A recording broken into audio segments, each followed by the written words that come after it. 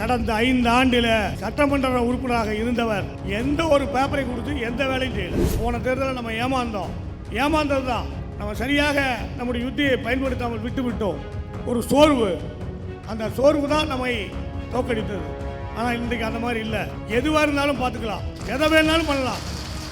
தைரியமாக களத்தில் இருங்க. எதிரியை வீழ்த்த வேண்டும். நாடாளுமன்றத்தில் எப்படி 40 தொகுதி வெற்றி பெற்றோமோ அதே போல சட்டமன்றத்தில் 234 தொகுதி நாம் வெற்றி பெறத்தான் போகிறோம். தலைவர் அத்தனை செஞ்சிருக்கார். நமக்கு ஓட்டு கேட்கிற தைரியத்தை நம்முடைய தலைவர் தளபதி கொடுத்துருக்காங்க. அந்த ஒரு தைரியமே போதும் மக்களை சந்திப்பதற்கு.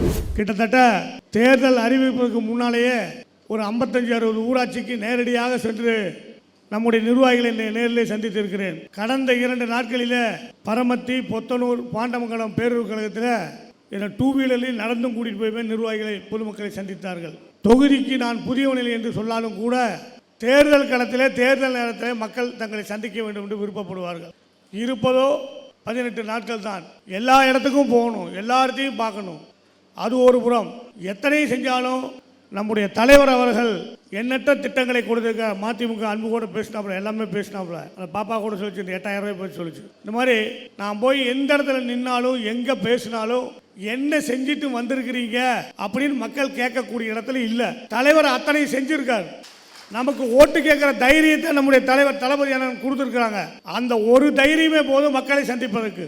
அதை நம்முடைய செயல் வீரர்கள் அன்றாடம் மாலை வேளையில் ஒவ்வொரு வீடாக சென்று நம்ம டாக்டர் சொன்னாங்க எப்படி ஓட்டு கேட்கணுங்கிறத நம்ம கட்சிக்காரங்க வந்து சொன்னாங்க. அந்த மாதிரி வீடு வீடாக சென்று மக்களிடத்தில் தொடர்ந்து ஞாபகப்படுத்துவேன். அடிக்கடி சொல்லுவேன், எறும்பூர கல்லும் தேயும், அடிமேடி எழுத்தால் அம்பியும் நகரும்பாங்க.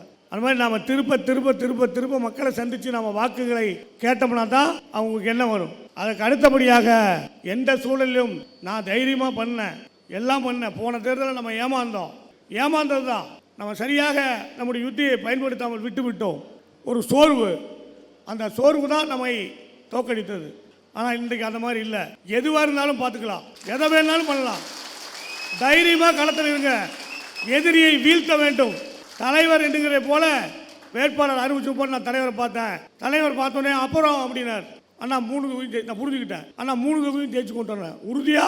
ஆமாண்ணா 3 தொகுதியும் ஜெயிச்சுட்டு வரேன். நம்பலாமா?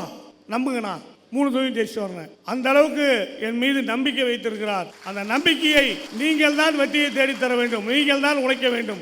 எல்லாமே நாம செய்ய முடியும். ஆனா களத்தில் நீங்க தான் நிற்கணும். களத்தில் நீங்க தான் உழைக்கணும். நீங்க உழைச்சா மட்டும்தான் நாம் மிகப்பெரிய வெற்றியை பறிக்க முடியும். ஏன்னா நான் பார்த்த வரைக்கும் யாருமே முடியாதுன்னு சொல்ல. அந்த அளவுக்கு மக்கள் தலைவரை நேசிக்கிறார்கள், தன்னுடைய திட்டத்தை நேசிக்கிறார்கள். அதை நாம் சரியாக பயன்படுத்த வேண்டும். ஒரு பக்கம் தலைவர் உழைக்கிறார், ஒரு பக்கம் சின்னவர் உழைக்கிறார். எல்லா இடத்துக்கும் தைரியமா போறோம், தைரியமா பேசுறோம். எல்லாத்தோட முக்கியம் மோடி, அமித்ஷாவை எதிர்க்கிற தைரியம் இந்தியாவிலேயே நம்முடைய தலைவர்கள் தான் உண்டு. நாடாளுமன்றத்தில் எப்படி 40 தொகுதி வெற்றி பெற்றோமோ அதே போல சட்டமன்றத்தில் 234 தொகுதி நாம் வெற்றி பெறத்தான் போகிறோம். அந்த 234 நம்முடைய தொகுதியும் இருக்க வேண்டும். ஏன் நான் சொல்றேன்னா, கடந்த சட்டமன்ற தேர்தலுக்கு பிற்பாடு இந்த தொகுதியில் என்ன வேலை நடந்தது அப்படின்னு பார்த்தீங்கன்னா, நான் சட்டமன்ற உறுப்பினராக இருந்தபோது எதிர்கட்சி தான். ஆனால் தொடர்ந்து சென்னையில் அதிகாரிகளை சந்தித்து நம்முடைய தொகுதிக்கு தேவையான திட்டங்களை வேண்டும் என்று கேட்டு தொடர்ந்து கடிதம் கொடுத்து தொடர்ந்து அதிகாரிகளை சந்தித்து அதிமுக ஆளுங்கட்சியாக இருந்தாலும் கூட நம்முடைய திட்டங்களை அறிவிக்கக்கூடிய அளவுக்கு நான் தொடர்ந்து வற்புறுத்தினேன்.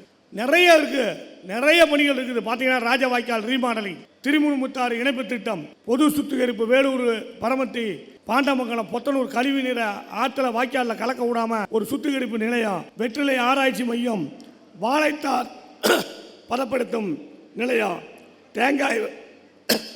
தேங்காய் விலையை நிர்ணயம் அரசே கொள்முதல் செய்கிறது, குச்சிக்கிழங்குக்கு நிரந்தர விலை, வேலூர் மருத்துவமனை தரம் உயர்த்துறது, தீயணைப்பு நிலையம், இதெல்லாம் நான் கொண்டு வந்தது. இடமே தேர்வு செய்கிற வரைக்கும் எல்லாம் பண்ணேன், அறிவிக்க வச்சேன். ஆனால் கடந்த 5 ஆண்டுகள் எதுவுமே நடக்கலை. பிரச்சனைகள் நம்முடைய தொகுதியில் இருக்கிறது. கடந்த 5 ஆண்டில் சட்டமன்ற உறுப்பினராக இருந்தவர் எந்த ஒரு பேப்பரை கொடுத்து எந்த வேலையும் செய்யலை. இவை அனைத்தும் அப்படியே கிடப்பில் கிடக்குது. அதை நாம் செய்ய வேண்டும் என்று சொன்னால் நம்முடைய ஆட்சி அமைவது உறுதி. நம்முடைய தலைவர் அவர்கள் 2வது முறையாக முதலமைச்சராக பதவி ஏற்பது உறுதி. அந்த ஆட்சியில் நம்முடைய தொகுதி சட்டமன்ற உறுப்பினரும் திராவிட முன்னேற்ற கழக உறுப்பினராக இருந்தால் இத்தனை பிரச்சனைகளும் தீர்க்கப்படும். அதே மாதிரி எல்லாருமே குறிப்பிட்டு பேசுறாங்க. ஒரு ஊரில் ஒரு பூத்தில் 10 பேர் இருக்காங்கன்னா 10 பேருக்கு பேர் சொல்லக்கூடிய அளவுக்கு எனக்கு நன்றாக அறிமுகம் உள்ளது. அனைவரும் நீங்கள் உழைத்தீங்கன்னா மிகப்பெரிய வெற்றி அடையலாம். அனைவரும் ஒன்று சேருவோம், உழைப்போம், வெற்றியை பறிப்போம் என்று கூறி வாய்ப்புக்கு நன்றி கூறி விடைபெறுகிறேன். நன்றி, வணக்கம்.